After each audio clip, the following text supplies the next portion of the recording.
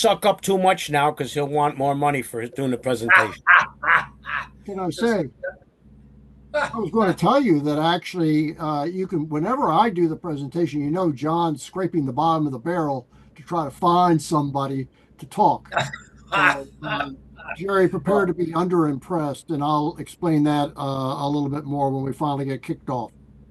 no, Okay.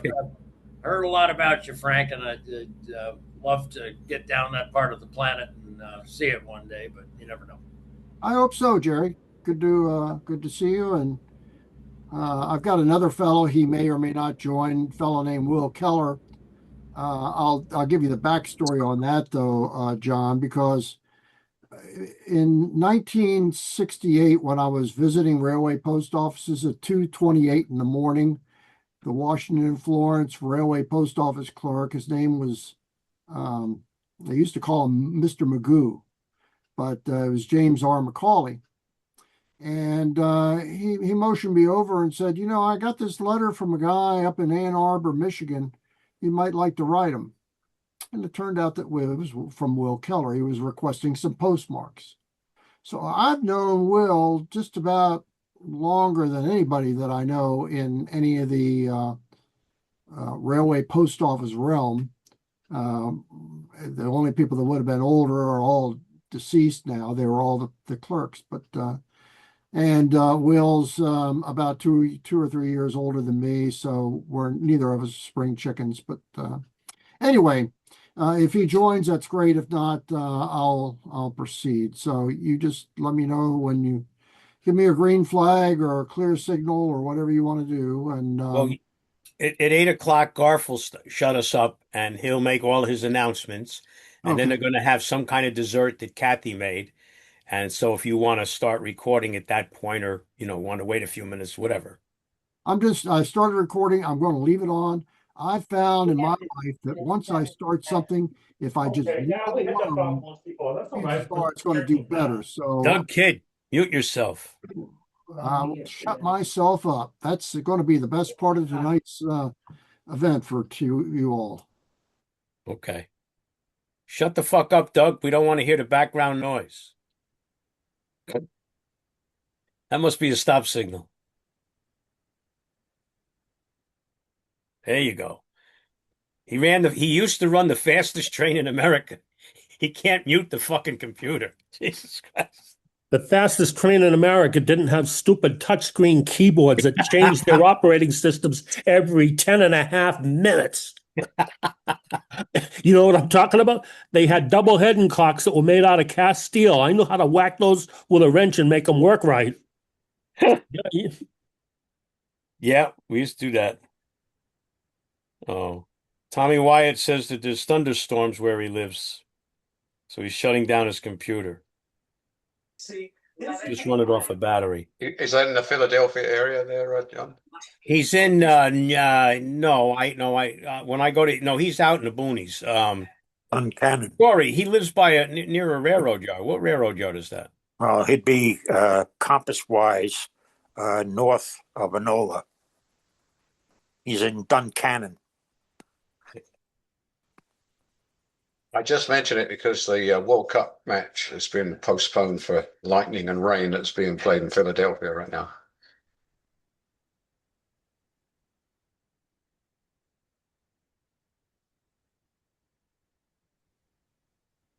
That's too bad.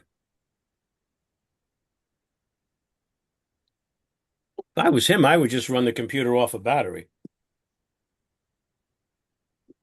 Oh, you could always catch a ground strike, though, John. That's a danger. Even off a battery in your house? Yes. Another thing, the battery may not last that long. I mean, mine only lasts about an hour. See, Yeah, you're right about that. yeah. Oh. Make sure I get credit for that. Put my name in there. Rick Abramson reads my name in that magazine. It'll piss him off.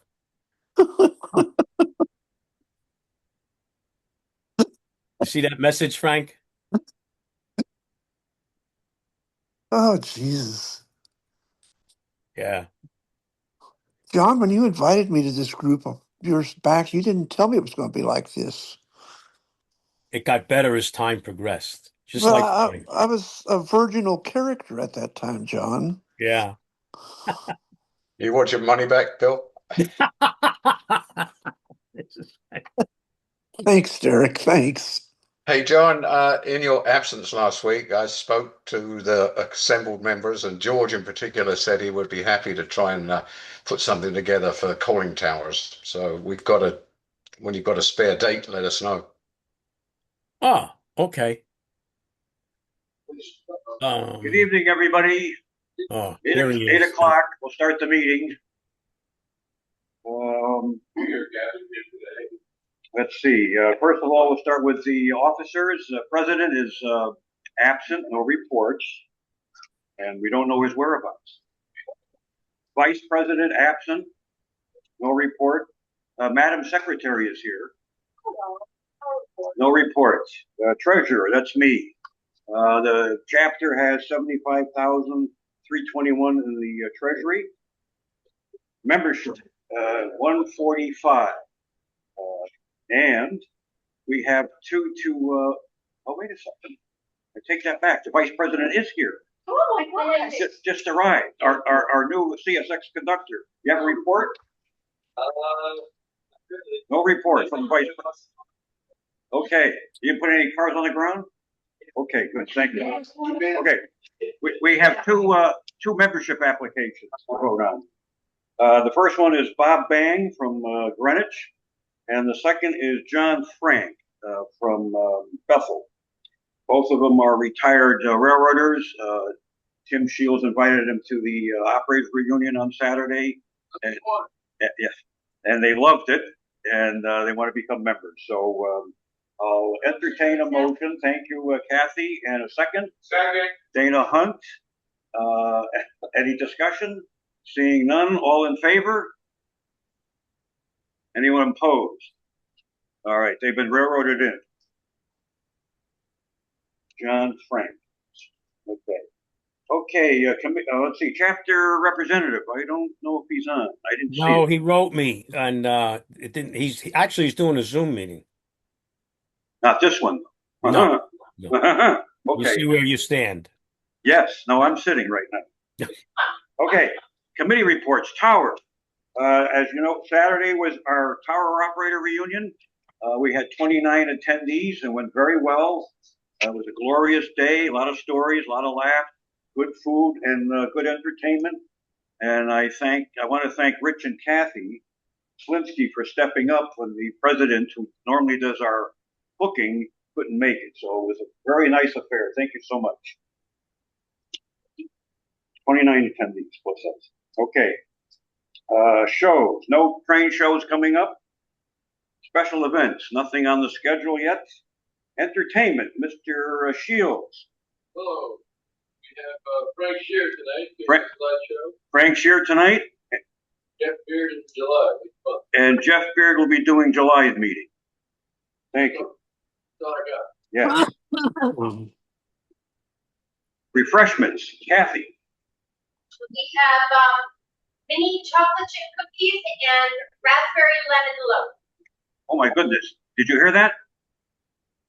Chocolate chip cookies and mini Chocolate chip cookies and raspberry lemon loaf. Wow. Raspberry lemon loaf. Okay, I can't wait to get my hands on that. Very fast. Old business.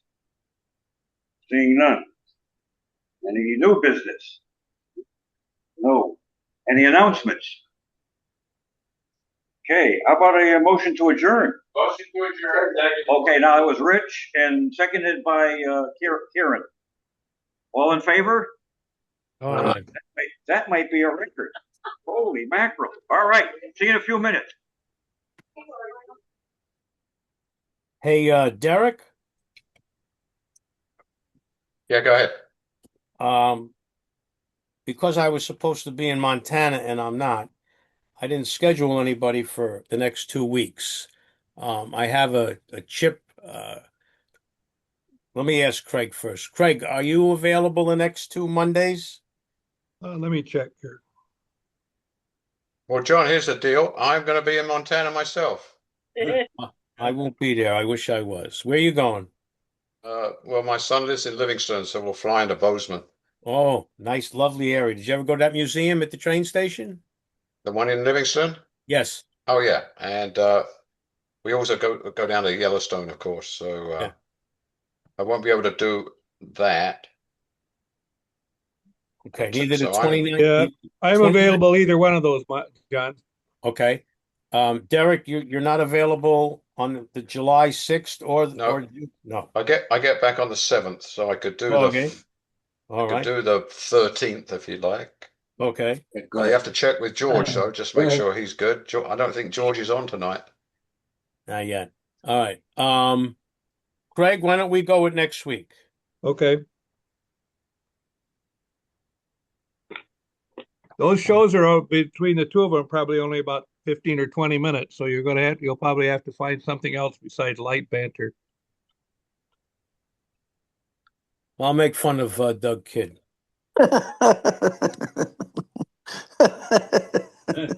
Oh, we've done it. Um, I'll see if I can get that guy. He hasn't written me back.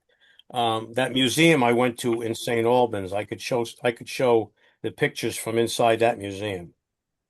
All right. I'm looking for July the 6th. Anybody got anything? There's George Hyotis. He's right there. He blew another opportunity to photograph me yesterday. Well, it takes two to tango on that one. Okay. All right. So you said I left too early and I said you came late. Okay.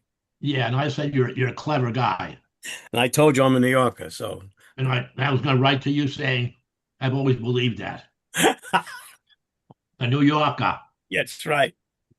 That's right. All right, I will send out another ask for July the 6th. That is 4th of July weekend. I don't know. George, before you came in, John's kind of lined us up to do Coaling Towers on the 13th of July. Is that good for you? No, Negatory. no, no, no, no, no, no, no, no, no. Oh, No, I didn't. When did I tell you the 13th? We got Rich Taylor. oh, okay. I thought you said the 13th. All right. No, I didn't. No, I didn't. No. Well, I'll pencil it out. Give us Okay. a date. All right. Let me turn the page. What is calling towers? I don't understand. Coaling. How about Coal, Monday? COAL. Coaling. Like, Okay. All right. Misunderstood. have you Sorry. got have you got any pictures of them, Bill? I know we didn't have many on the SP because we didn't use coal. Uh, I have on the MKT in Oklahoma and some in Texas, and I have a lot of engineering drawings, but I don't know if that would suit your purposes. Well, it's just a general show of pictures of coaling towers that Uh, some of well, us have. uh, So get your pictures the, ready. I don't have any photographs. It's engineering drawings. I don't think they would reproduce well photographically. Okay. They, they're blue line on white vellum, and they would be too faint, I think, to show. Right. Well, this wasn't much of it. This could be technical, I suppose, but Yes, yes, we're just more or less showing that's a really interesting subject. photos. Yeah, well, George has got some great shots, and I did some research and found some in the UK. Got an article from from a magazine back in Okay. 2019. So we'll put something together, and anyone that has photographs can join in at the end, I guess. Hey, he can put something in the newsletter. How's August 24th? Uh, for me and Derek, Yes. August 24th. I think that would work. Yeah, I'm good. Okay. Yes. Yes. August 24th should be okay.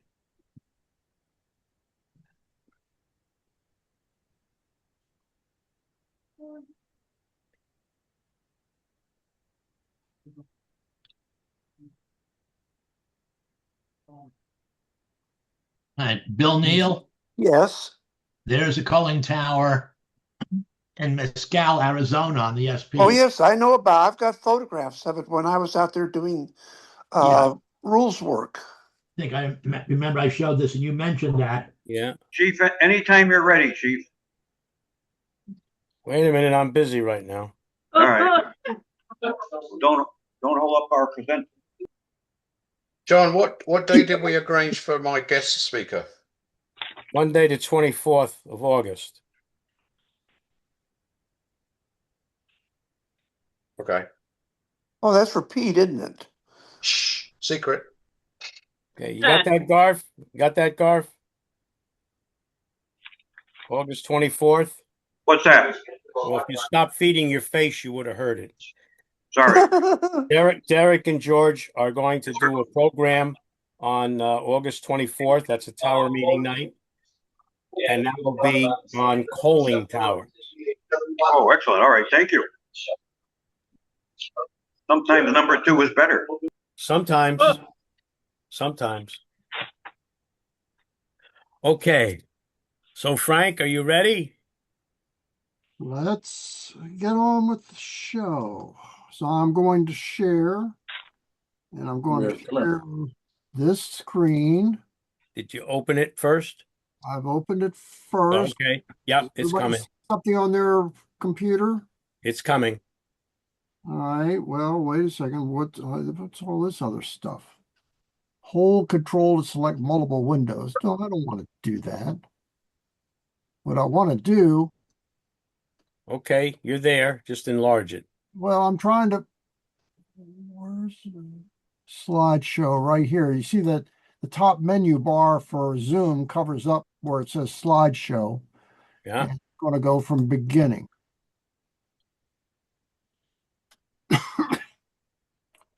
Now, does everybody All see right. that? Perfect. All right. Beautiful. Well, we're getting off to a smooth start. Garth very kindly forwarded 2 emails to you with the notes pages that are associated with this presentation. There's a couple of reasons why I wanted to send it out. The first is if you looked at the notes pages and you have absolutely no interest on it, you could hit the button on your alarm clock and wake up after I'm finished, because you have everything that I'm going to say, basically, although I never read my presentation slides, I talk to them. Or you can just pull out a pillow and lean back and catch a few Z's as long as you're muted. However, if you want to be unmuted, if you want to ask questions as we go along, that's absolutely fine with me. And then the other reason for doing this is this is really oriented towards modelers. I don't know how many people are interested in modeling railway post offices, mail cranes, and catcher arms and pouches and all of that. This was originally designed to be a modeling clinic where people are going to learn about the details that if they improve the details on a railway post office car or model a trackside crane, that they can do that. So with that, we've all heard the advertisements on the television. Ask your doctor if this prescription is right for you. Well, what would your wife say or your significant other say if modeling as a hobby is right for you? I'm not really going to try to answer that question, but I will tell you a short story that is probably inappropriate. But I understand from Mr. Springer that somehow things are not necessarily inappropriate on this forum. There was a friend who was a modeler and was spending lots of money on it. He was always down in the basement working on his layout and so on. And, one day his wife complained and said, I wish you were having an affair instead of doing this train modeling that you're doing. And he asked why. And the answer was, well, when I tell my friends, at least they would understand. So, with that, this is what we're going to talk about. We're going to talk about the history of mail cranes and catcher arms, catcher pouches, the exterior details of a railway post office, and then some modeling guidelines. I'm going to whiz through it because, as I mentioned, those PDF files that I sent, we're only going to do the first 26 slides because I don't want to go all night. And I sure wish somebody would send me express mail some of the chocolate chip cookies that they're serving up tonight. I can forget about that other dessert, but that's right up my alley.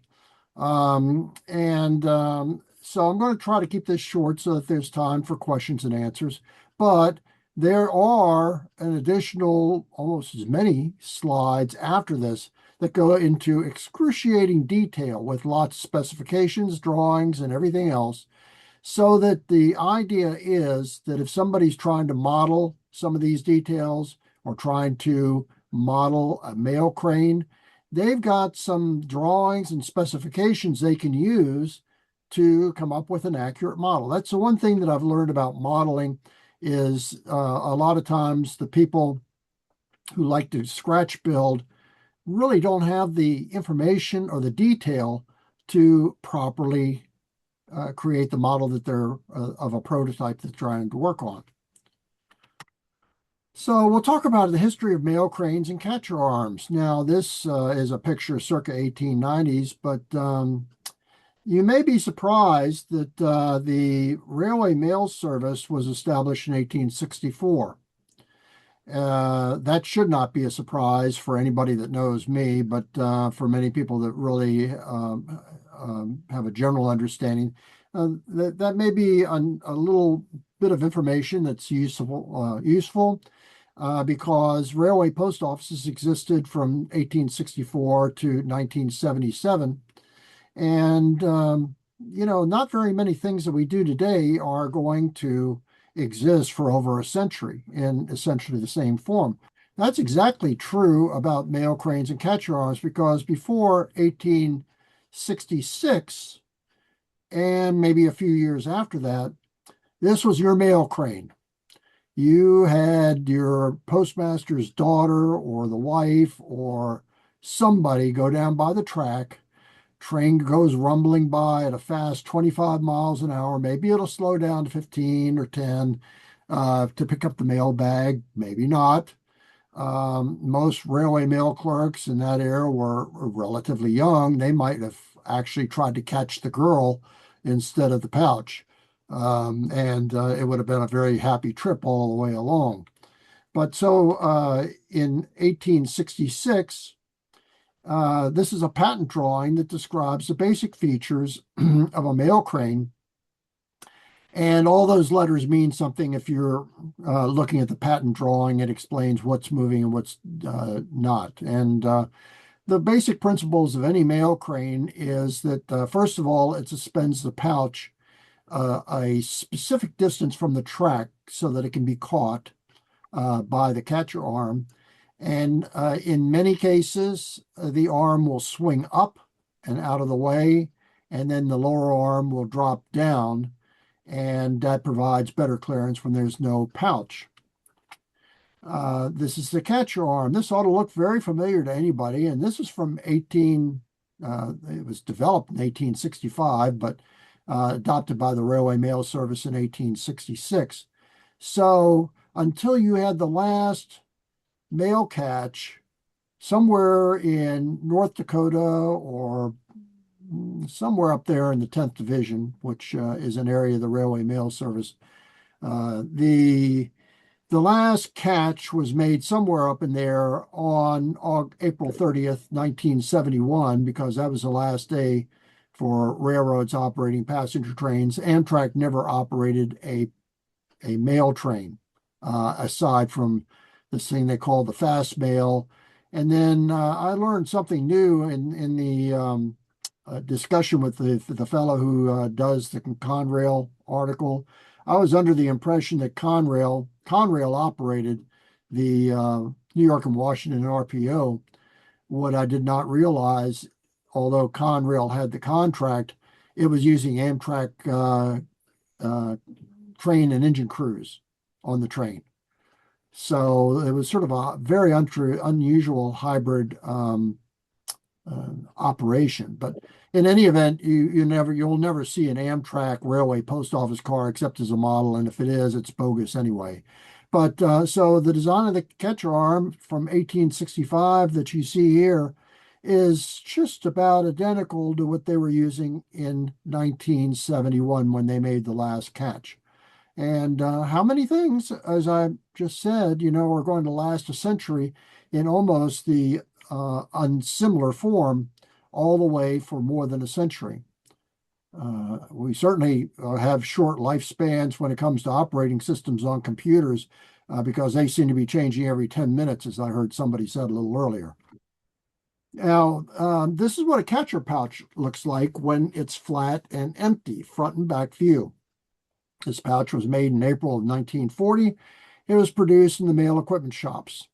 And so a lot of times when you see it, it's going to be with the top, the top picture is the pouch where it's got the strap to tie it around the neck and lock it with a pouch lock, which was called an LA lock. And then the lower one was a strap that goes across the middle with just a buckle. And then that created that hourglass shape. So when the catcher pouch was ready for dispatch, the contents were divided between the top and bottom. Rear leather strap was tightened and buckled around the middle to create that hourglass shape. Hung on the trackside mail crane, the curved end was at the top, and the neck strap secured by the pouch padlock was at the bottom. There was a good reason for that because you wanted most of the weight in the top of the pouch. When it's upside down, it's at the top of the pouch because you invert the pouch.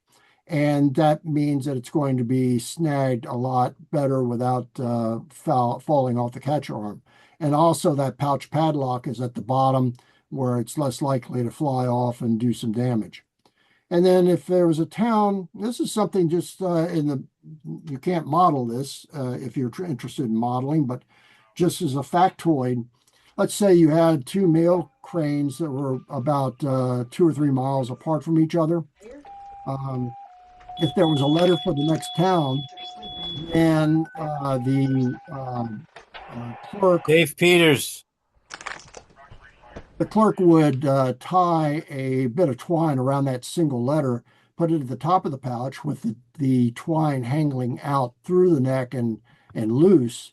And that way, when they opened up the pouch, they saw that string, pulled it out, threw it in the other pouch, and it made, in 3 minutes or less, the dispatch to the next town. And this is a drawing of the pouch just for those people that really are interested in specifications.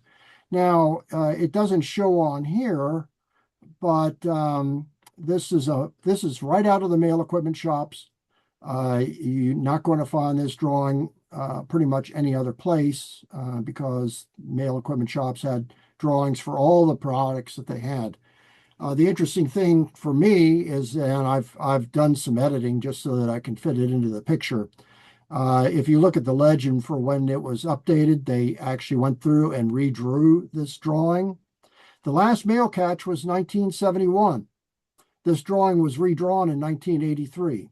So that's a good example of government efficiency at the Postal Service that you keep your drawings up to date.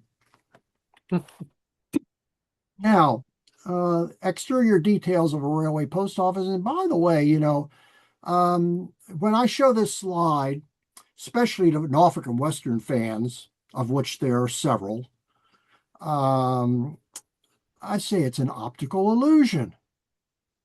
When you look at this picture, what do you see? Do you see a Class K locomotive heading southbound towards Roanoke out of Waynesboro? And thank you, Bill Warden, who's gone to the afterlife. And I sure am glad that you took this picture. Well, it's an optical illusion to me because you see, I don't even look at the locomotive. That car behind the tender, that's a 30-foot railway post office car marked Norfolk and Western. So it all depends on what your orientation is when you're looking at pictures, what you see in a picture. And of course, it's a very nice picture because you can make out that there's a cinder guard. You can make out the mail crane. You can even see the little dot that's just to the right of the windows. That's the letter slot.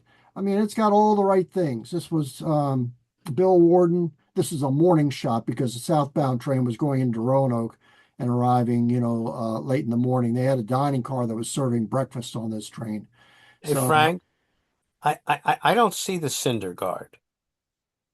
well, okay. What am I missing? This is, I guess, one of those things. Let me see. Okay, how much of your cursor can you see? I see the guy. What guy? Oh, that's it. This is the cinder guard, Oh, the crane. My mouse may seem oh, smaller to you because I've oh, got a okay. large one because I've got old eyes. This right here, if you're seeing any movement in my Yeah, that's the letter slot. let us slot. Okay. So, All uh, right. and of Okay. course, you can always tell Norfolk and Western because they had a very characteristic pull line here. They had that lightning guard above the 440-volt line up at the top. So anyway, moving on. This is what a Frank, rail. just with Oh, the go cinder ahead. guard, did that protect the mail or the people? That protected the people. I'll show you a different one in just a minute and Okay. explain a little better about what you do is you peer out of the window trying to sight the crane that's coming up. And once you sighted it, the cinder guard, because you were right behind or fairly near the locomotive, yeah, there was cinders flying back, and that would deflect them so that you could peer through there. Now, that's assuming the cinder guard glass was pretty clean for you to be able to see through. And you should be wearing goggles in addition to the cinder guard. But be that as it may, the cinder guard here, for the way this car is oriented, the cinder guard would be mounted on the frame right about here, just about head height. There should be a door. It's a bar. It's a safety bar. They called it safety bar, as opposed to safety rods. Inside the car, you had these rods near the ceiling that you could jump up on or hop up on and grab if there was a wreck. But the bar that went across the door, just so that you didn't fall out, was called the safety bar. And this end here is where all the sacks were. This is the end here where the distribution cases are located here. Here's the letter slot, and that's underneath one. I'll describe that a little bit later on, or that's in one of the slides that I won't be showing, but you've got it in your PDF file. And typically in a 60-foot car, this one's a full-length car. The catcher arm is at the end where the distribution cases are. Very seldom do you see it here on this end where the paper sacks are. So, but that you never say never. There could be reasons why you want to go ahead and switch it around, or maybe even have two catcher arms on the car on the same side. But for modeling purposes, this is the typical arrangement. So one of the things that people should realize is there were many different car builders. You had Bud, you had American Car and Foundry, you had um, oh gee, Pullman, you had something steel company. Gee, Bethlehem. this is getting this 75. At Press Steel Car Company. Yeah, it was up in Greenville, Pennsylvania. That steel car company, Press Steel, is that the one? and it was called It was Bethlehem Steel, is what it Oh, was. okay. Bethlehem Steel. So they all made car bodies, but you see the car bodies. If you're buying a model, if you're getting a prototype, you want to make sure that you're using the proper car builder prototype for the model that you're doing. And a lot of times these modeling companies, they just take one and you paint it up any picture color that you want. To that end, I always disliked Lionel, even though I have a favor for it. But their railway post office was a red, white, and blue box car. It just rubbed me the wrong way. But anyway, So this is a better view. Now you can't see the cinder guard here because the cinder guard is behind the pouch. But this is behind the pouch is where this is. This is a stop motion photograph picture because you can see that the pouch has been disconnected from the top and the bottom arms. This is the letter slot, and you'll note that the clerk is not facing forward. The train line, the direction of travel is going from left to right. And the proper posture for the clerk making the catch was to sight it and then turn around with his back up against the wall and then raise the catcher arm. This was because when that thing flipped around or flopped around in the arm, and sometimes the lock came off, he was less likely to get injured. Now, he does not have his safety goggles on, but I'm not going to report him for a safety violation. If it's a 15-foot apartment, which this is because it's only got one window, or a 30-foot apartment, which has maybe 3 windows on the side, that's one of the quick ways that you can identify whether it's a 15, 30-foot, or 60-foot car. And then whatever the portion of the apartment was that was used by the post office department was stenciled U.S. Mail or United States Mail Railway Post Office. So for a 30-foot car, the lettering would be spread out a little bit more. And if it was a 60-foot car, like it is here, it's centered in the middle of the car. Norfolk and Western decided they wanted to have that curved arc style of lettering, but most railway post offices just had straight line lettering. Hey Frank, I have a quick question for you. Yes. The cinder guard, I would think the cinder guard would be forward of the door. Why is it behind the door on the far side of the door? It'd be right here because the car is going from this direction to that way. So he would have turned and looked through the cinder guard looking in this direction to see this crane from a distance. And then when he sighted the crane, he'd step back, turn his back to it, raise the arm, and just troll. They call it trolling. Now, you don't want to troll very long because if there's a box car that happens to be on a siding or something else, you might be catching something else other than just the pouch. So I know there's another better picture of a cinder guard later on, but it's always the cinder guard is mounted on the side of the doorway that's in facing the direction. You can barely see it right here, but there's 2 little look like rivets sticking out. The cinder guard would slip onto those rivets. It had little holes on it, sort of like a bayonet kind of style where it slipped down on the holes and hold it in place. Did you see that question? I can't look at the chat window. You're going to have to tell me what it says. And if somebody wants to read the chat window and tell me questions, then I can deal with it. But I've basically only got one screen that shows the slides that I'm showing. Okay. And I can answer it later too. However we want to swing this. The question was the Norfolk Western car a Pennsylvania Railroad design? Well, this car was delivered by Bethlehem Steel in 1937. Ken Miller provided that information.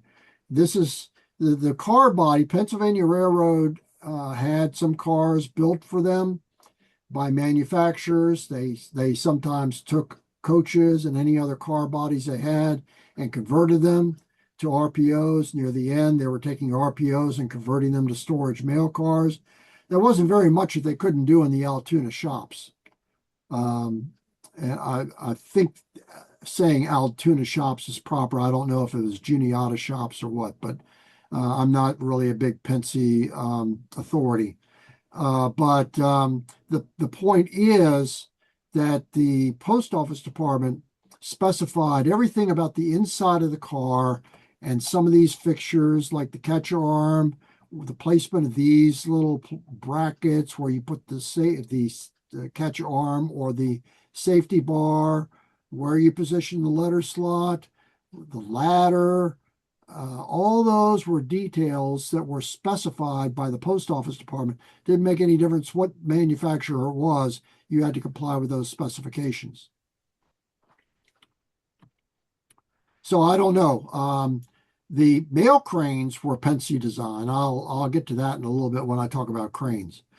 This crane here is probably a Barker mail crane. Just like some people can look at a locomotive and say what class it is and who the manufacturer was. You show me a picture of a mail crane, I can tell you who probably made it. And this one, the difference between that and the one that I showed earlier, where the arm would flip up and the lower arm would flip down, Barker and a couple other companies produced cranes where both arms drop down. And this arm, after the pouch was out of there and the train had passed or was passing, both arms would fall down and be parallel to the mast. Some of you all may have seen, there was this fellow who used a lot of flash bulbs on the Norfolk and Western back in 1957. And in 1875, there was a fast mail train, which was the first one. And there's a lithograph that's very famous that shows the fast mail train. And it shows a girl with a little infant tugging on her skirt. And then the little boy is there and they got a basket and the little boy's waving his arms at the train, real excited. Mr. Link decided that he wanted to capture a similar scene. So that's the mail crane, and that is a Pennsylvania style mail crane, but it was made in the Norfolk and Western shops at Roanoke, Virginia, just like all the Pennsylvania mail cranes were made in the shops at Altoona. And they follow basically the same drawing and specifications. So anyway, they're waving at a J, and those days are gone forever. But this talks about the placement of where you put the crane. If you could, and it was a single track railroad, you usually put the crane on the opposite side of the track from the station so that a pouch being thrown off from the RPO car and the catcher arm wasn't likely to hit any passengers. If it was double track territory, you had to have two cranes. And in that case, sometimes the crane was about 300 yards one way or the other from the station so that it was some distance from the station. And if there was a curve involved, you always, not always, but 99% of the cases, they tried to put the crane on the inside of the curve because you can see something when you're coming around a curve better than if you're on the outside of the curve and you just have to raise your catcher arm and hope because you don't see the mail crane until you're right on top of it. Now, this is a better view of that same kind of mail crane. This is a Penske crane, same design, and that's at Collinsville, Illinois. And the pouch is incorrectly hung. I don't know. We need to give some demerits to that mail messenger. That curved end is supposed to be at the top, not at the bottom. But, this is the kind of thing that there's no way I'm going to go back there and try to fix that. This is the way it was. And even the National Postal Museum in Washington, D.C., for a long time, they had a Columbian mail crane on display.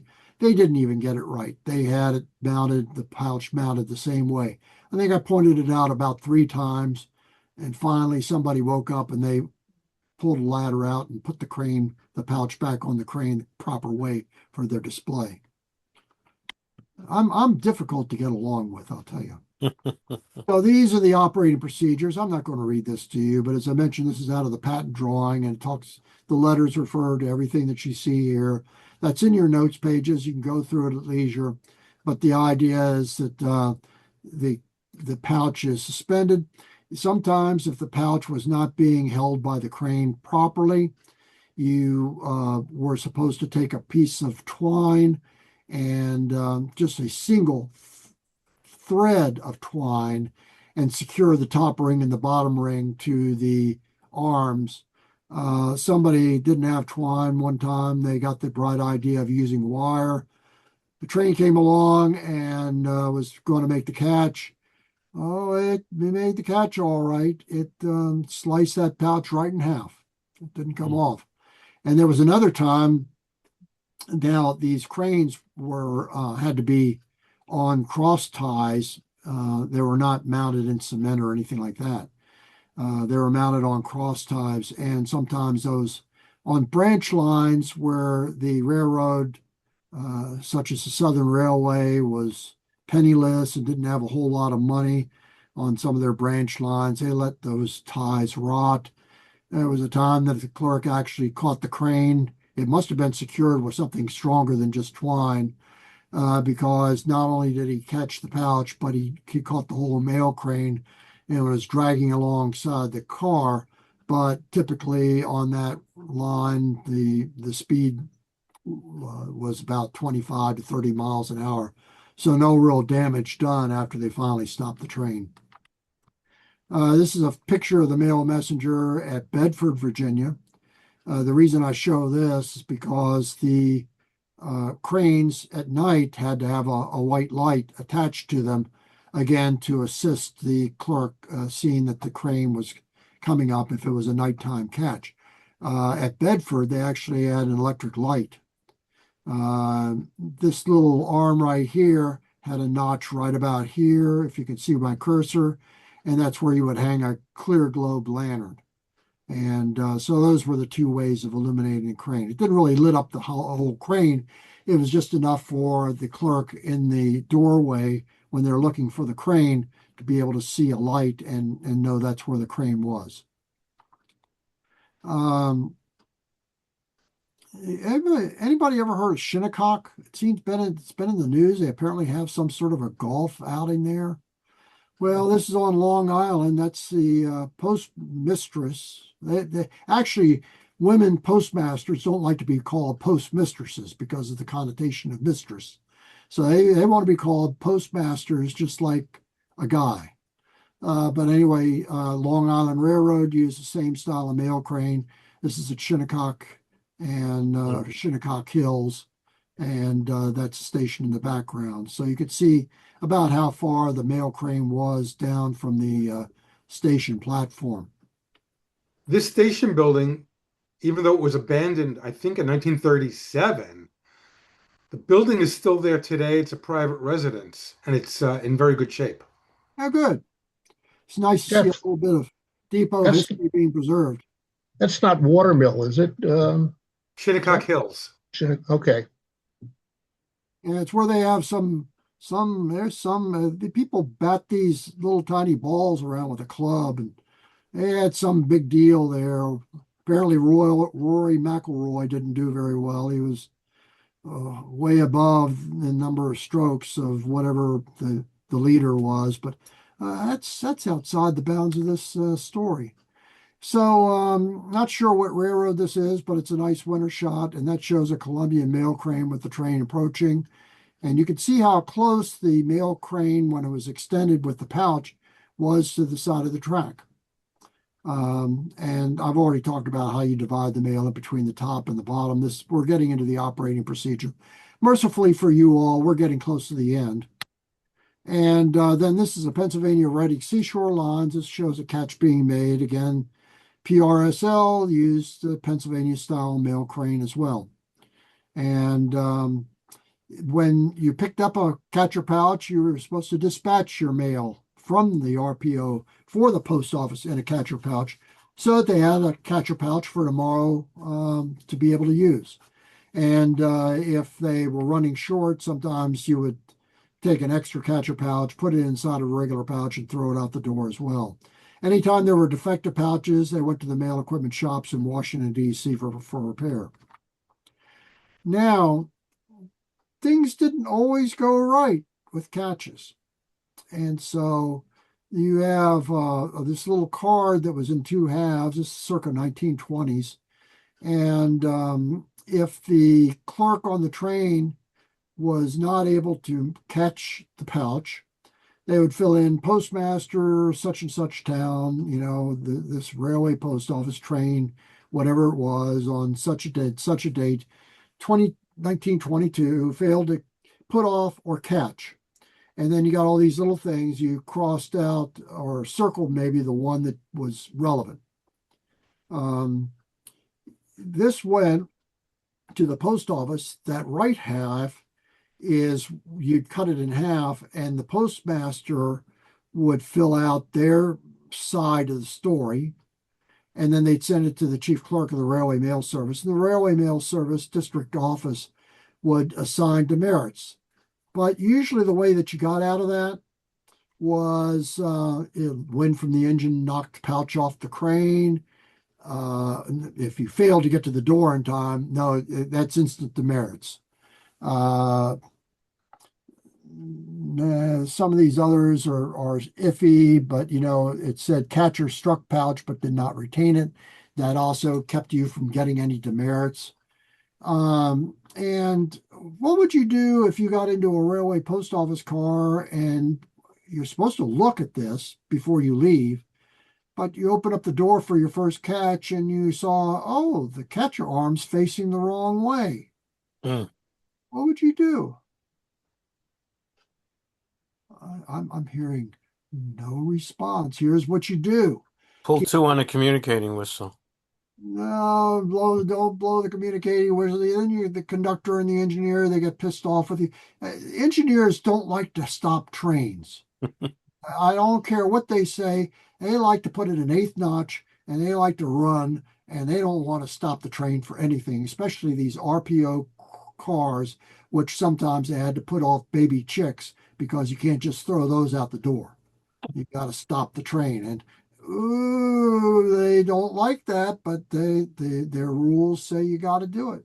Well, Frank, didn't they have if the cinder guard could be located on either side, could the catcher be relocated? Yeah. Well, yes, that catcher arm can be pulled out from the little brackets that it's in and flipped around.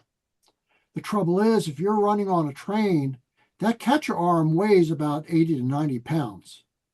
You don't want to be standing in an open doorway wrestling with something that's 80 or 90 pounds while the car is bouncing up and down and side to side, because you might end up going out the door with that catcher arm. Here's what you do. You go ahead and raise the catcher arm and you knock down the pouch. It's not going to be caught in the crane. And then you write the card and you say, catcher struck the pouch, but did not retain it. You didn't get any demerits. Now, when the office, let's say you had 10 catches on your route, and for the 10 catches, you filled out this card 10 times. Each time, catcher did not retain the pouch. District office is going to add 2 plus 2 and come up with 4 usually. They would probably respond, well, we're not assessing any demerits, but next time, make sure the catcher arm is correctly aligned or something to that effect. Anything could happen on a railway post office car, and somewhere along the way, with the number of people, number of lines, the number of years, just about everything probably did happen at least once. Now, it's never good. Remember, I do substitute teaching in school. It's never good to not have a presentation that doesn't have a quiz. This is pretty looking, isn't it? Precision scale, brass, HO model. Ooh, it looks so nice. This is supposed to be the box end. If I were to show the box end, says it's not a particular prototype, but typically used on the Spokane, Pasco, and Portland Railroad. But there's some things that are wrong with this model. Your notes pages has all 5 things wrong. I'll point them out quickly, unless somebody wants to take a guess at what. Well, I don't see a knuckle. Okay. Well, that's a funny thing about. I hadn't thought of that. You get a gold star on your forehead. What about the bars on the windows? There's no drawbar, no knuckle, no nothing there. I guess for modelers, they have their own whatever they want to install on a car. At least it has trucks on it because some models come without trucks. No, is there I don't see a retainer. Oh. No Barco steam pipe, but a professor to You put know, steam back, keep the poor chickies from dying. there's only, but there is a signal line and there's a brake line. I can see that as I look closely. Okay, well, you see, again, this is like that illusion that I was talking about. What I look at is this stuff here and No not bars in the window. down here or down here. A real modeler needs to pay attention to the whole car, not just what I'm trying to talk about. But here's the deal. The sketch arm is way too long. It should end right about here.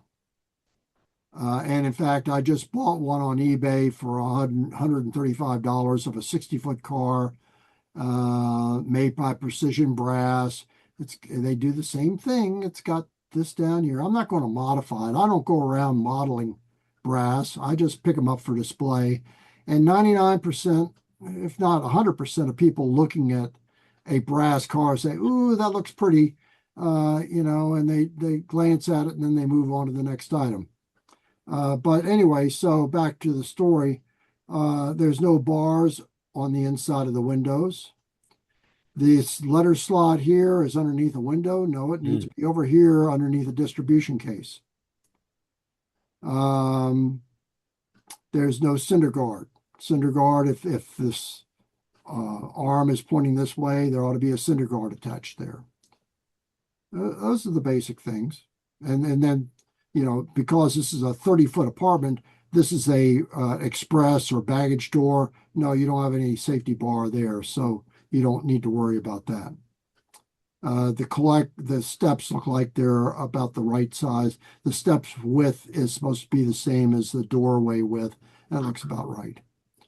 So anyway, you know what? We're at the end of the presentation, and I did it in pretty good time.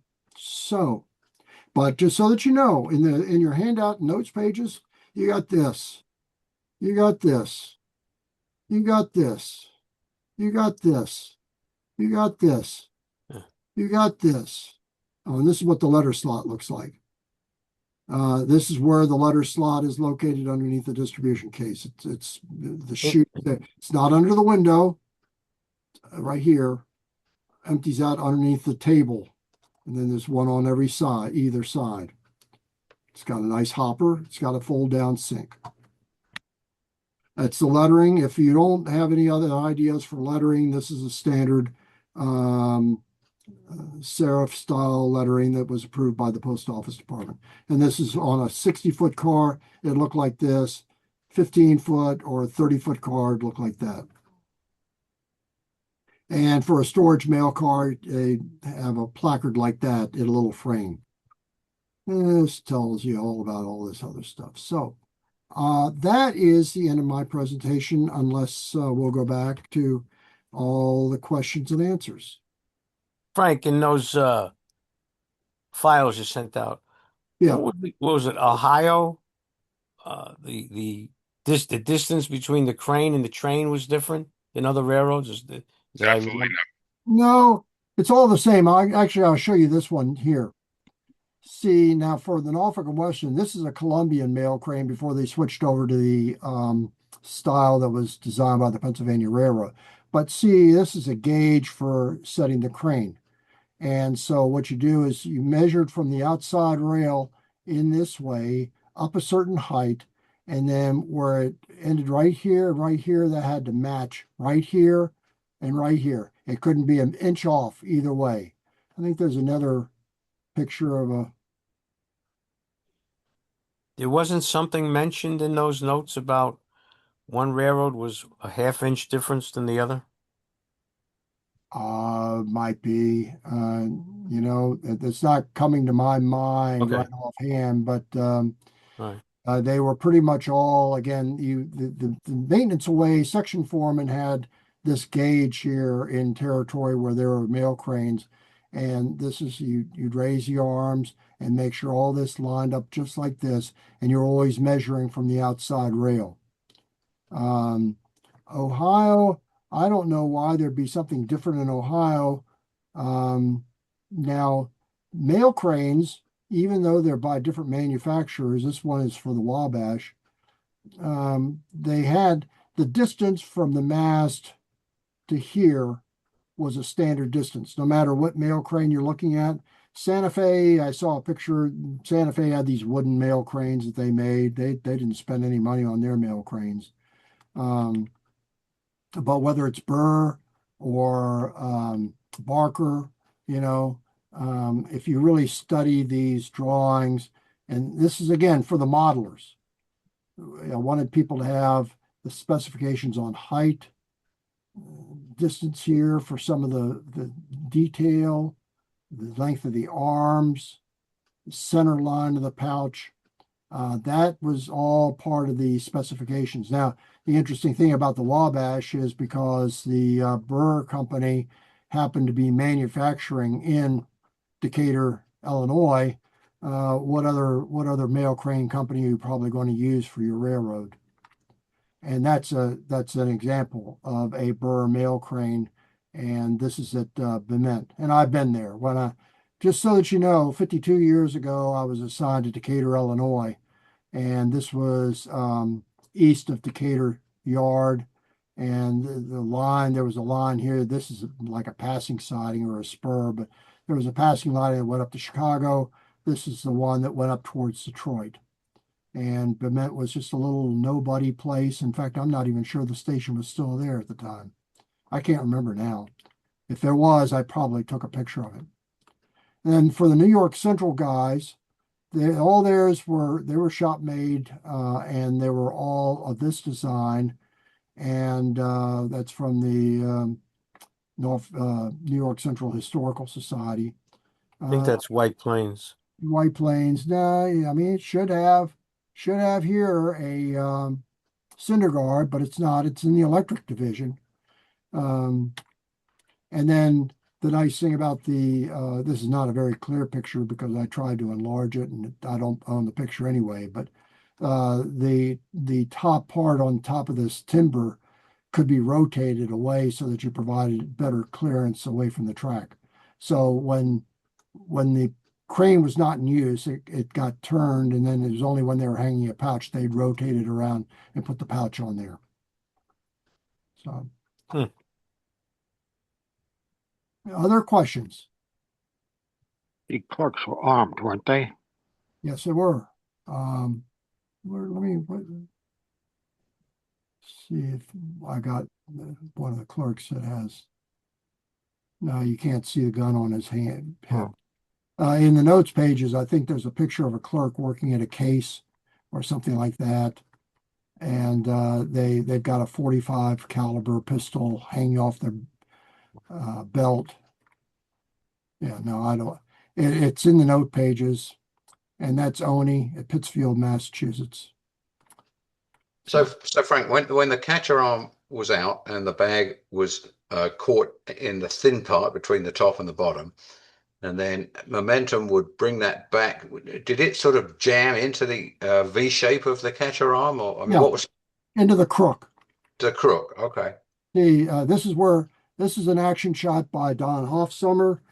He was riding the trains. This appeared in there was an article that featured his photographs in Trains magazine called RPOs, Past, Present, and No Future in February 1971. Everybody knew that the RPOs were going to be discontinued on April 30th.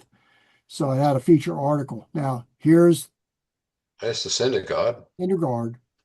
This is the mail crane. He had a telephoto lens. He was in a car behind him, so that he was at a safe distance away from this. And you could see how the pouch is sort of curved.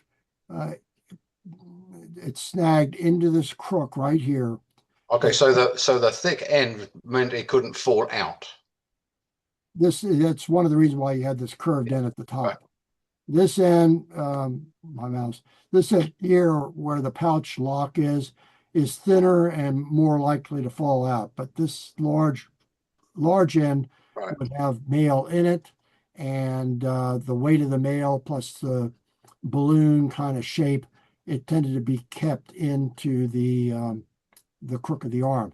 Now, if you want to see action shots of this, I mentioned in one of the slides, let me see, there's two movies, Men in Mail in Transit and Mail in Motion.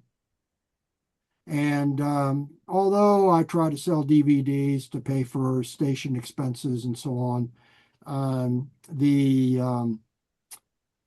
both of these I think are on YouTube. If you go in, you write down Men in Mail in Transit, you go to YouTube, you'll find it, and it shows a mail catch being made near the end of it.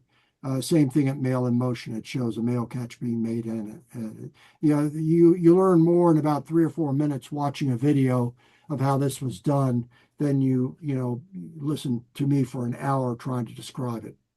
Okay, so I've got another question. So, in theory, it didn't matter which railroad section you were on, or which railroad manufacturer of the car, or which railroad manufacturer or company manufacturer of the equipment. It was all built to the specs that the post office put out, so that it would always match up wherever you were on the system. Is that right? That's a correct understanding. It was the same thing in England. The post office specified the apparatus and the tractor arm and the net that's on the side of a TPO, traveling post office. It didn't make any difference whether it was London and Northwestern or whether it was the Southern Railway or whatever.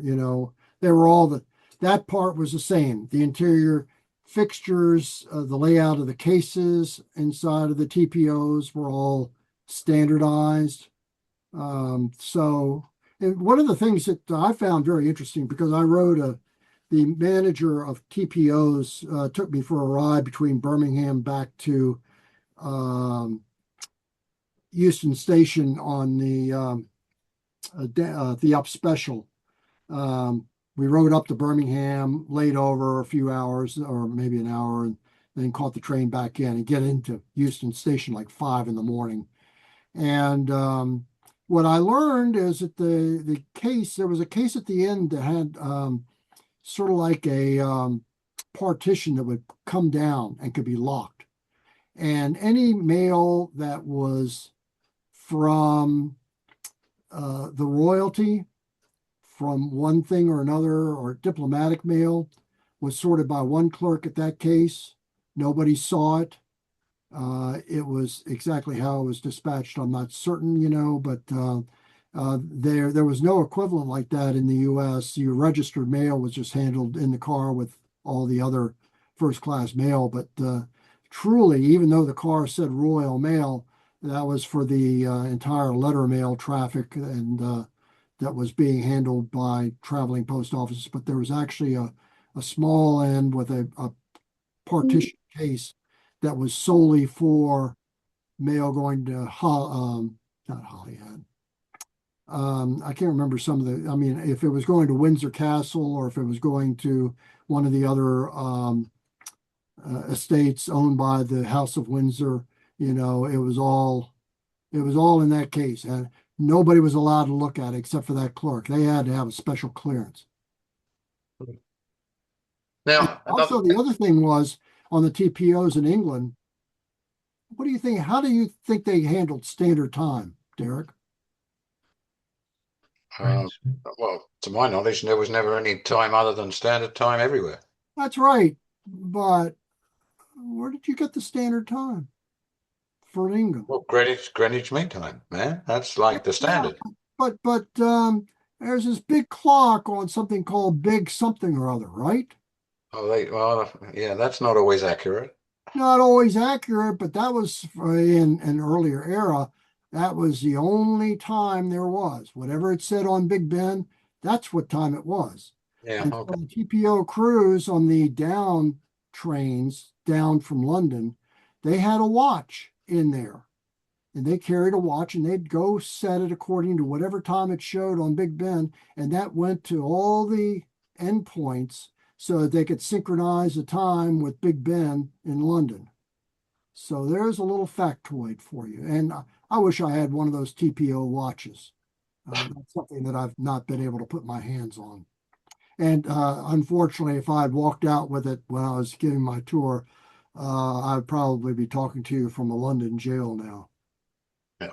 Well, it would scrub. Well, you'd have been hung by the neck then by that time. Probably so. Yeah, put me out on the apparatus, and on the tractor arm. Let me go into that trackside net. All right. Well, any other questions, gentlemen?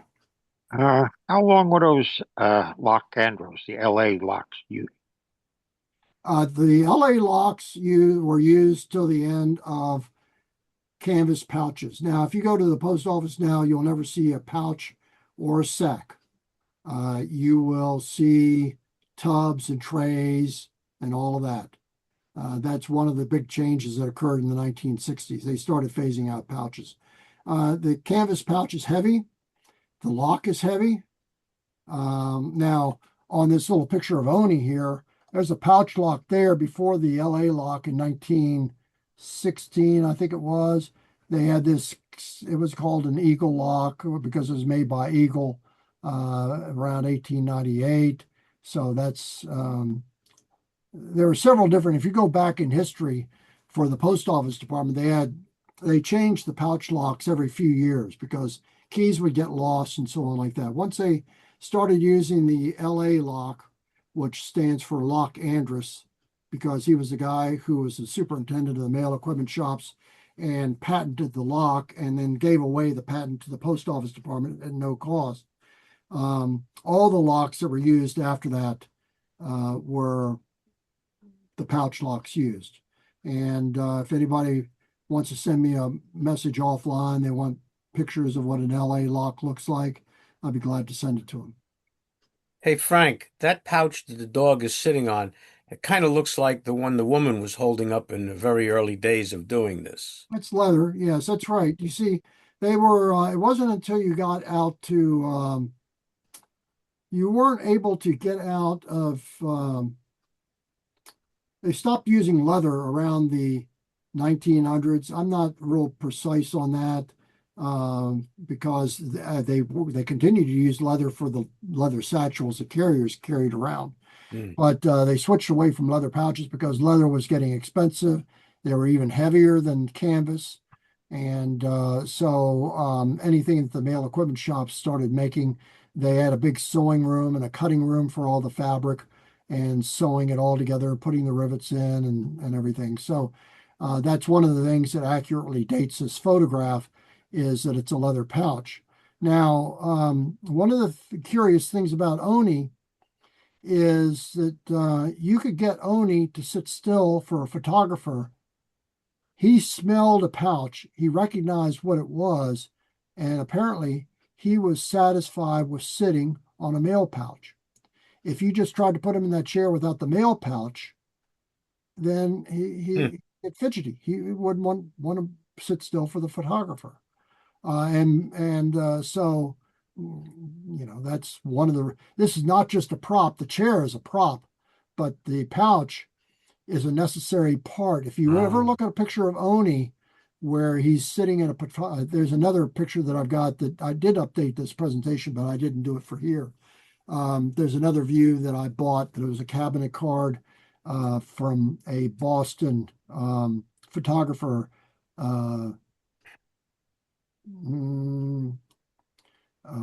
Chickering in Boston. He made a trip from Washington, D.C. to Boston.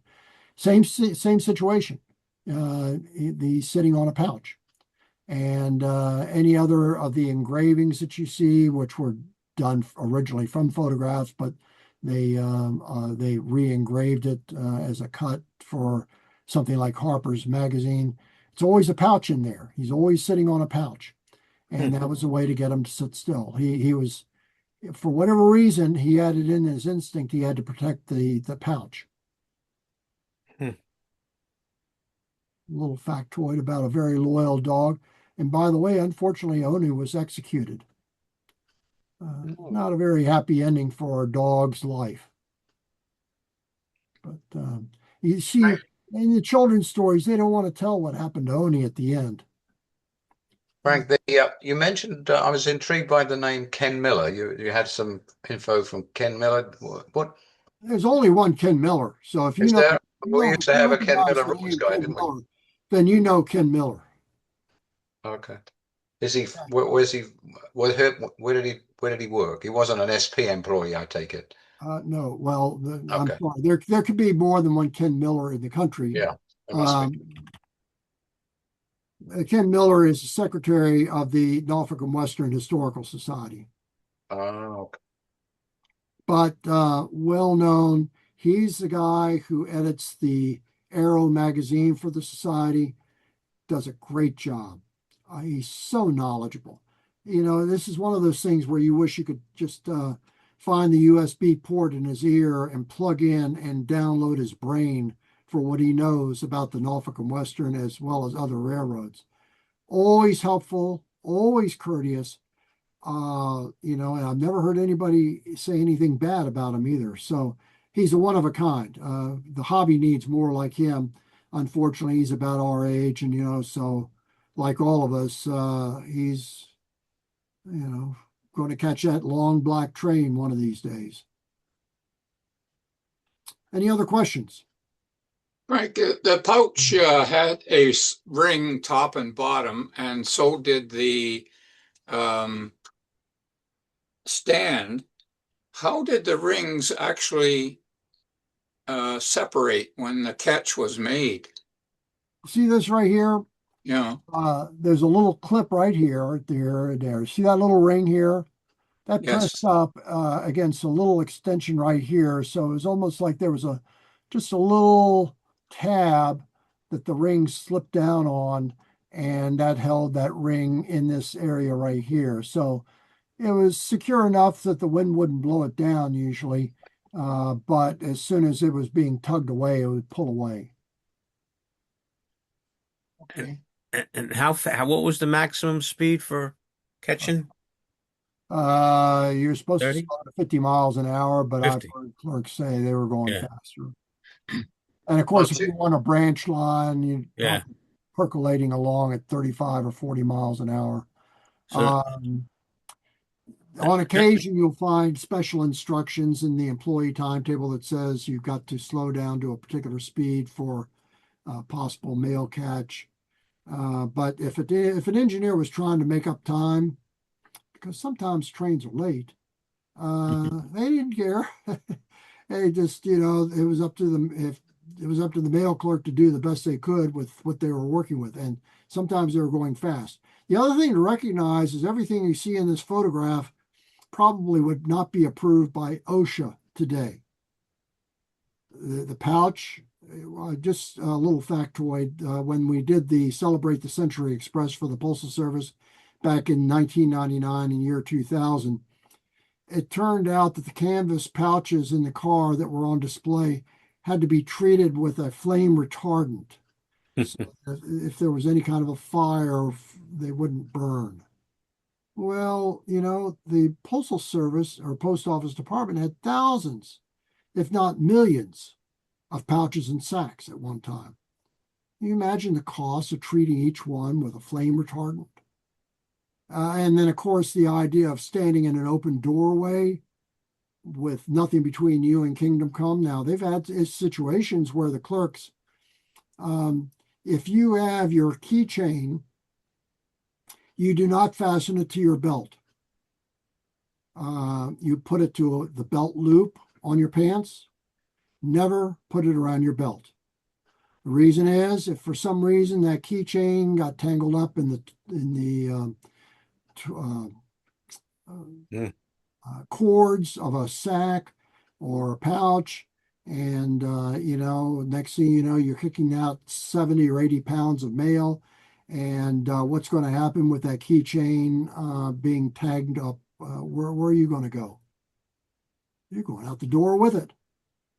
And sometimes they were fortunate enough to be able to grab onto the catcher arm and somebody come to their rescue. In other cases, they went out and they met their maker a little bit sooner than they expected.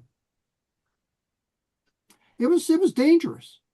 And in other cases, there was one instance, at least one, where that pouch lock was not firmly secured on the bottom of the catcher pouch.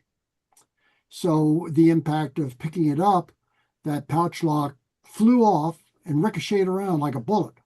Yeah, I bet it did. It hit the clerk in the head, killed him. Dead on arrival. No helmets. OSHA would not like this. I'm looking at those rings like Doug brought up, and I'm saying, however they had to be used, they must have had to be very exact to spring off at 50 miles an hour and not rip the whole goddamn thing down or rip that ring off. Yeah, right. There was enough spring tension to hold the pouch within from the ring towards the up here, and this show it looks like there's a gap. Mm. And the little top thing, there's a pivot here. The thing that had actually had been here actually pivoted to facilitate the Oh, movement of the pouch in the off. direction you're Straighten going. that out, and it'd be like this. This one was pretty much intact. So there was enough. The mail messenger would have to pull this down, slide the ring into here, lift this back up, or let it slide back up, this down. So there was enough there to keep it from flopping around, you know. Um, as I said, if for some reason it wasn't really retaining it very well because the spring wasn't maintained, that's something that the mail cranes were owned by the railroads. Railroads were expected to maintain them. The catcher arms after 1910s or 1920s, railroads were responsible for any of the catcher arms. Before that, all the catcher arms were owned by the post office department, and they had a blacksmith shop where they would repair catcher arms. And a catcher arm didn't make any difference whether it was used on the Southern Pacific or whether it was used on the Pennsylvania Railroad. That catcher arm was the same design. It slipped right on in there, and you'd never know the difference. So you just use a single thread of twine, not more than one twine. You're not really trying to do much, but just to facilitate holding that ring in place, top and bottom, with a little slip knot. It wasn't complicated. Never use wire. No. Frank, how waterproof were those bags? Oh, they could get wet. Sometimes if you got a letter.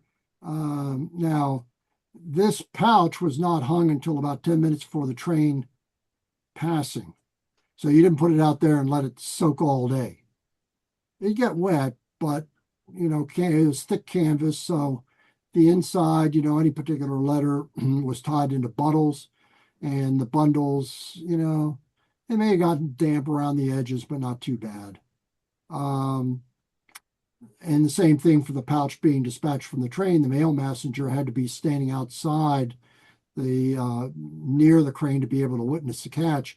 And if there was mail dispatch, they had to pick it up and put it in their car or in their wagon or whatever and take it to the post office. Yeah, they could get wet, but it wasn't like you were soaking them into the river. Frank, what? The CPR had standard drawings for everything, and I have a set of them, and I didn't realize until just a few minutes ago that I have one for a mail crane and the catcher and the elevation in relation to the mail car. If you don't have it, I could probably scan it and send it to you. I'd like to add it. Okay. I've never seen the drawing for the Santa Fe wooden cranes that I mentioned. If there's ever a good standard plan for the Santa Fe, I'd like to see that. Well, this is dated 1914. Yeah, that's fine. 1914, 1944, 1964 didn't make any difference. And the interior, now, of course, on the Canadian Pacific and Canadian National, they called them mail cars. They did not call them railway post offices, but they were called mail cars. At least stenciled on the side of the car. The postmarks, which they called hammers, they said RPO on them, although some of them said MC for mail car. Yeah, I'd certainly look forward to seeing it. Now, the only if you looked at the inside of a car for a Canadian car versus a U.S. car, a lot of similarities except for the distributing table and the sack end. It had like a flip over feature. It was a different style than what they use in the U.S. And all the car fixtures inside of the RPO were manufactured by American Car and Foundry. Doesn't make any difference whether it's Bethlehem or ACF or Bud or any other manufacturer building the car body. All the fixtures came from American Car Foundry. So in Canada, chances are there was one manufacturer that made all the fixtures that went into the Canadian cars. They were all standardized. The post office in Canada, unlike the US, it's a government entity, and Canadian National Railway was a government entity. So back in my limited experience as an operator, we never handled mail on the CP because wherever the CN was nearby, they got the mail business by because it was all government business. That's an interesting fact. Now, I've got mail route schedules for Canada. Obviously, if there were different lines that diverged away from the Canadian National and had different post offices associated with it, Canadian Pacific probably did have some mail trains. Well, I know they had mail trains, but the main railway post office in Canada was Montreal and Toronto. They called it the M&T. I think that was Canadian National, and that pretty much was the big game in town. Then you had operating out of Montreal or out of Toronto or out of Quebec, or then you get to Winnipeg and get out to the Western provinces. Canadian National, yeah, was probably the only game in town in most places because the amount of traffic could only support one railroad, or at least trying to focus all your traffic on one railroad. I could see where the government would try to focus all the traffic on the railroad that it owns versus this other private enterprise. Yeah, yeah, for sure. Any other questions? Frank, that going back to that catcher arm being oriented the wrong way, is there somebody who ultimately has responsibility for checking those things before they get on the road? Yeah, the RPO clerk. RPO clerk, when they go into the car and they're setting it up, they should look at the catcher arm and make sure it's aligned. Now, if they saw that it was not aligned properly, they would not have tried to do it themselves because, again, that's heavy. No sense in getting a hernia if you don't have to. But he might call a car knocker or a car maintenance guy and say, would you turn this catcher arm, and let them do the work. There may have been a craft rule about who did that. If the car was in the coach yard, they were supposed to know when a car was going out, which direction it was supposed to be pointed, and what direction the catcher arms are supposed to be lined up. But it was the responsibility of the clerk. And in this case, because it's a 15-foot car, there's only one clerk in that apartment. They had the responsibility before we go, check the catcher arm. But you're saying it's his responsibility to check it, but the M&V car knocker would be assigned to check, or set the thing up the right way before it left the yard? Here's the deal. Would you do work that you don't have to do if you could get somebody else to do it for you? I mean, no. These clerks weren't dumb. Now, that said, some of them would try to do it, but I'll tell you, that thing, if we were in person, unfortunately, I'll never get to a tower meeting. But if I did, I don't, and I'm always traveling. If I come up there, I come up on Amtrak, so I'm not driving up. But I'd almost be tempted to put a catcher arm in there and let people try to heft it around, because I'm at the point at my age where, 20 or 30 years ago, I didn't think anything about picking up a catcher arm. Now it's a real problem. And so, older clerks, no, let somebody else do that. And usually you had to be a more senior clerk to get on some of these branch line runs because they were light duty. You didn't have as much mail to work, leisurely trip, more layover. Sometimes you go out and back, same day, so you're always home at night.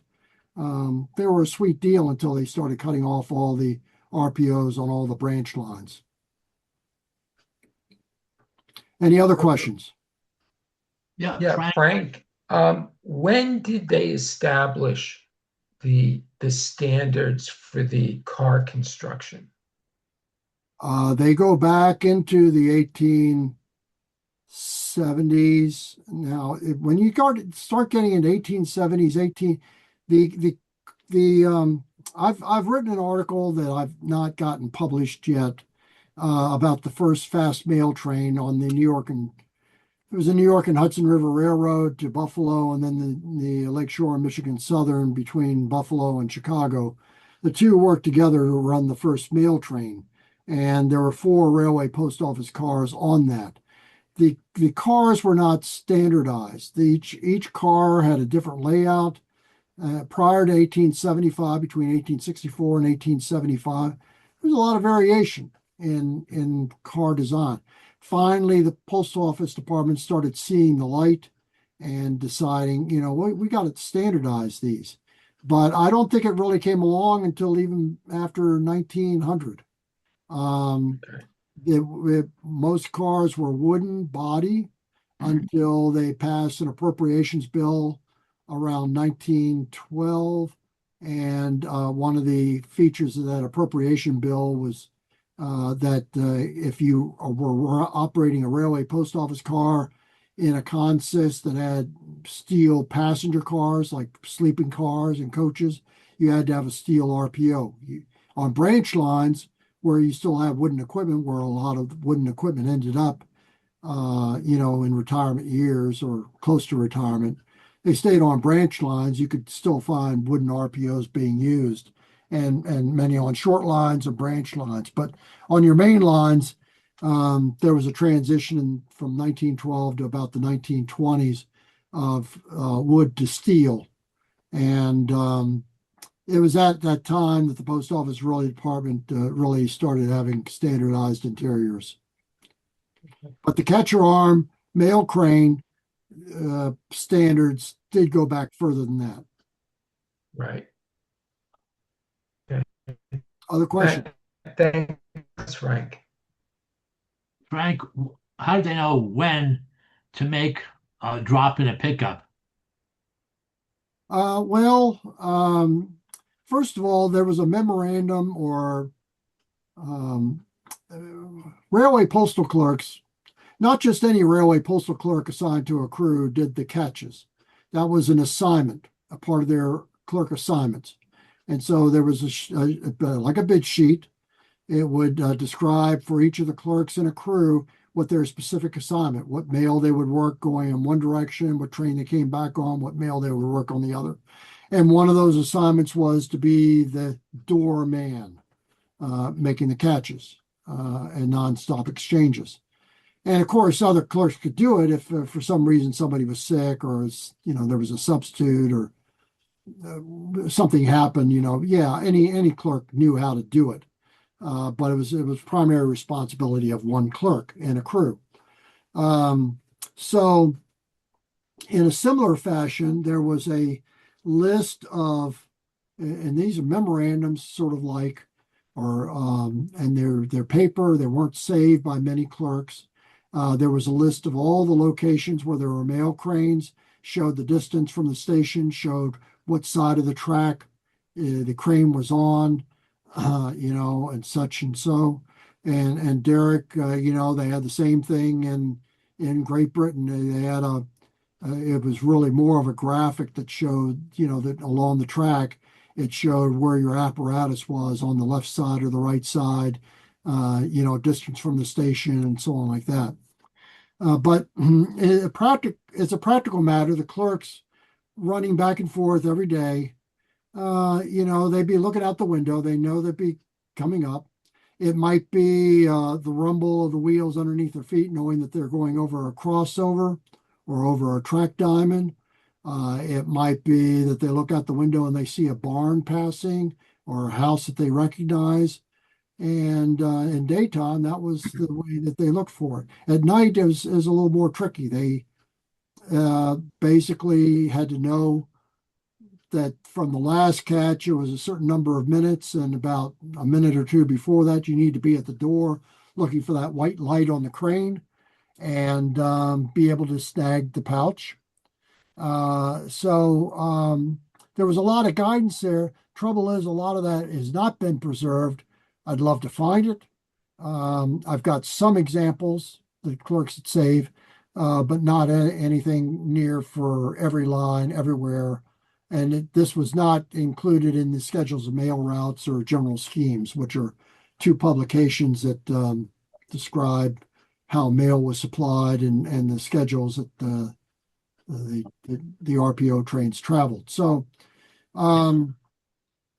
it was something, a lot of them made up their own little typewritten list, you know. Uh-huh. Okay. It was, just like in school, you had a cheat sheet.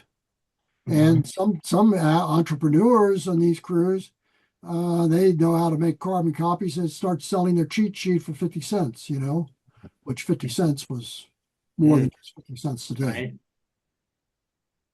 Right. The engineer didn't have to blow the horn, huh? No, yeah, oh yeah, no, I'm sorry, John, you did correct me. The engineer was supposed to make one long Okay. sound of the horn or the whistle. But if you waited and you were at the distribution case and you're waiting to listen for the long horn or whistle, you were too late to get to the door.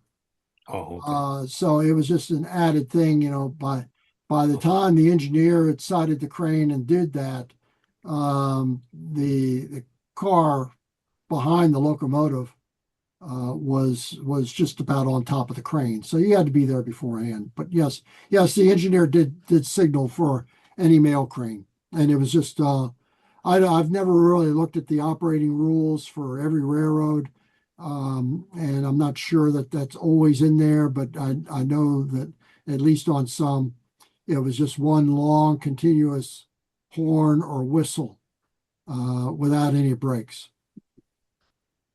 So That Frank, that was the standard whistle signal for approaching any station. It was one long. Yeah, I guess that was true too.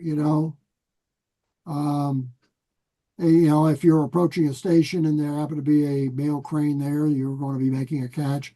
But yeah, that was to alert the people on the platform because, if you started, most of the times you also had to turn on the locomotive bell. And, if the train's still, several hundred yards down the track, you're not going to hear the bell. You sure are going to hear the whistle or the horn and know that you need to step back from the track. That blowing the horn was not in effect all the time, at least around here.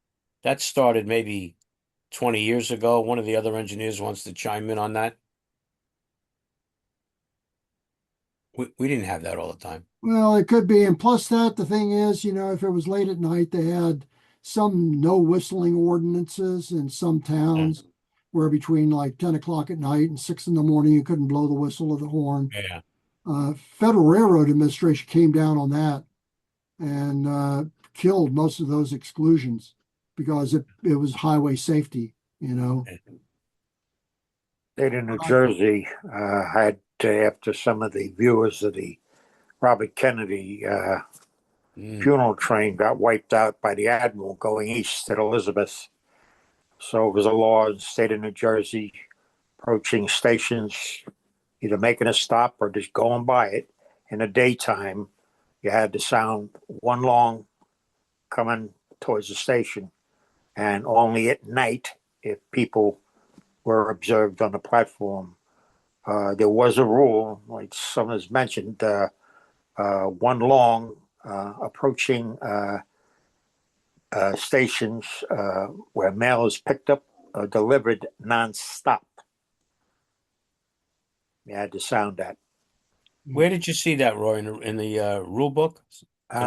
Christ, I know it's in one of my Pennsylvania Railroad rule books. Right. I'd have to look at the PC one from '68. That was the one that was in effect when I hired. Yeah.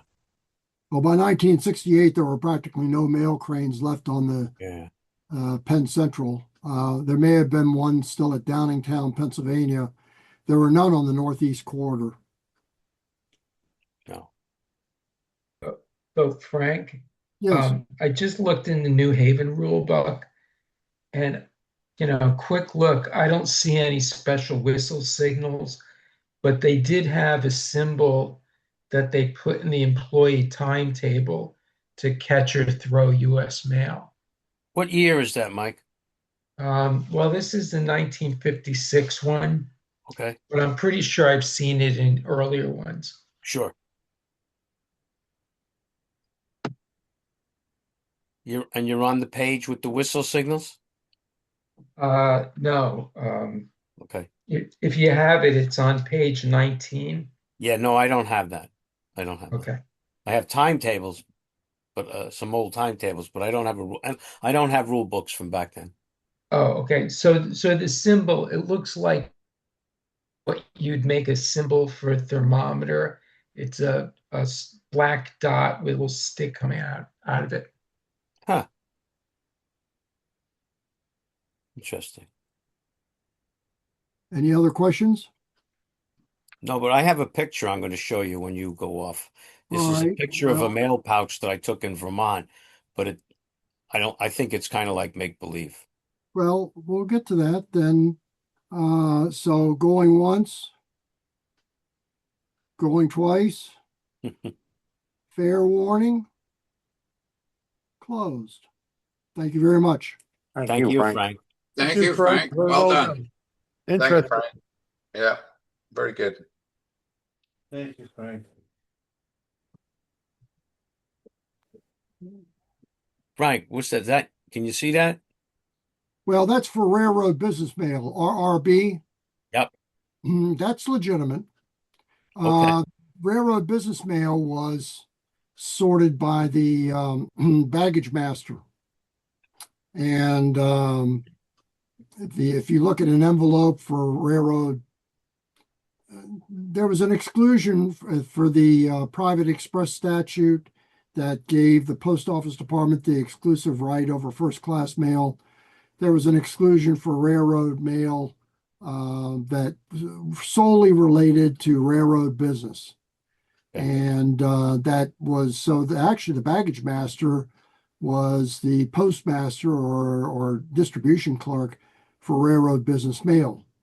And the railroad business mail also had registered mail, registered railroad business mail. And they had to, sign for it and all like that, just like it was registered mail in the U.S. Post Office. So, but that's legitimate.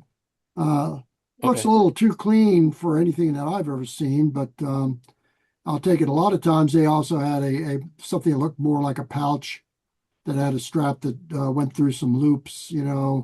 That's what I remember on the R&P Railroad.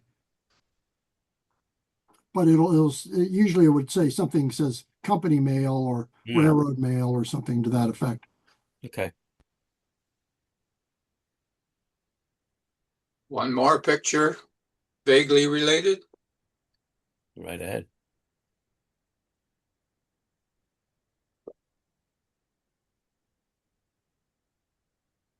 Are we looking at? Oh yeah. Yeah. Boy, talk about a mixed train.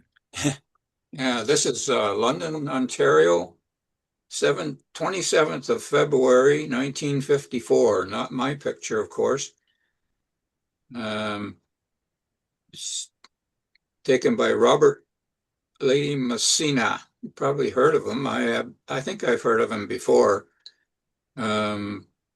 Published and copyrighted by Lyman Cox of Sacramento, California. Anyway, this is normally a Bud car run in 1954, but I noticed they've got an RPO car here. And on the weekends, what would happen, they have a little too much traffic for the Bud car, so it became a coach. and they would stick on another coach behind it, and most likely the RPO car there is just a spacer car, but I don't know for sure. Yeah, railway post offices tend to operate daily or daily except Sunday or whatever like that, you know. Yeah. So you could have a car that's a 30-foot apartment on the car. So it takes up half the car. And then the other half would be express or baggage. It could have been Yeah. in use for baggage, who knows? Uh, It looks like the I brackets don't are even there, see but where, there's no arm. yeah, and I also don't see where it's stenciled underneath the windows at the left, where it says mail car. It should say mail car. And it Yeah. looks like it's a wooden car anyway because of the truss rods. Yeah, that's a pretty old car. Yeah, so chances are it wasn't in service, but yeah, that looks nice. Always nice to see a Canadian Pacific engine for sure. Yeah, And Frank. Oh, Doug, I'm sorry. Is that the trailing truck on that locomotive? Is that a two-wheel or a four-wheel truck? Is that a It's a four four. four? So It's it's a a four four. four That's a four. 444, built in 1936. It's part of a presentation I'm putting together on CP Steam, and this is one of the designs that Henry Blaine Bowen, another Englishman, uh, came up with. And I think they copied that shrouding on the pilot from the Milwaukee Road. It looks like the Hiawatha a bit.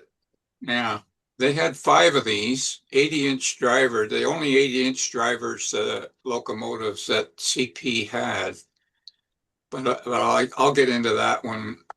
All right. What is that? What is a 444 in the white notation? Is that it's not an Atlantic is a 442 Yeah. and a Pacific. Jubilee, I believe. Yeah, Called Jubilee. them Jubilees in Canada, yeah. Thanks. But they not to get too far astray here, they built these 444s, and they had 20 of these, but they're smaller. And one of the problems they had with the Jubilees, the 3000s, was that if the train was heavier than 5 or 6 cars and they had to back up, they could bend the main rod on them. really, And was connected to the first driver. And just the way, I guess it's something they never figured on, but it happened a couple times. They actually bent the main rod. Does the trailing truck have an auxiliary? Is that got a small? What do they call that? A small steam engine? A small A booster? I don't think any of them had boosters. Okay. Although, surprisingly, there's the 3000 at West Toronto. He's got about 7 cars on there. yeah. That's a heavy train for that locomotive. But see, the main rod is connected to the first driver. That kind of became a problem. But I better not get too far into this. John, it looks like you got a presentation coming up. Oh, yes. You know what I'm wondering about in that picture is if that hind car doesn't have a stove in it. I doubt the RDC had a pass-through steam line. It looks like a winter shot. Oh, they did have they ordered RDCs with steam lines. Oh, they did. Oh, yeah. Yeah. Okay, never Yeah, heard they of did. that. Yeah. Hey, John, I just found an email that we sent to each other way back, and we set on the date for our guest speaker as August the 17th originally. And I had originally written him to say that that was the date. I can call it, I can easily write to him or call him and see if he wants to put it back a week. But I had the 17th down in that original email from you. That's Peter. Yeah. Yeah, he's on the 17th. Oh, yeah. Okay. Well, you said the 24th already, but it is the 17th. Yeah. Okay. Oh, that you're on the 24th. Oh, what am I doing on the 24th? Oh, is that when we're going to do the thing with Coal George? towers. Yeah. Oh, that's what I'm confused. Is this guy is this a person that's doing it, or are you doing this No, no, guy? no. He will do it. My year's on the 5 p.m. Yeah, he'll be fine. All Five right. o'clock. Right. That's what it's called, right? My year's on the 5 p.m. No, on the SP.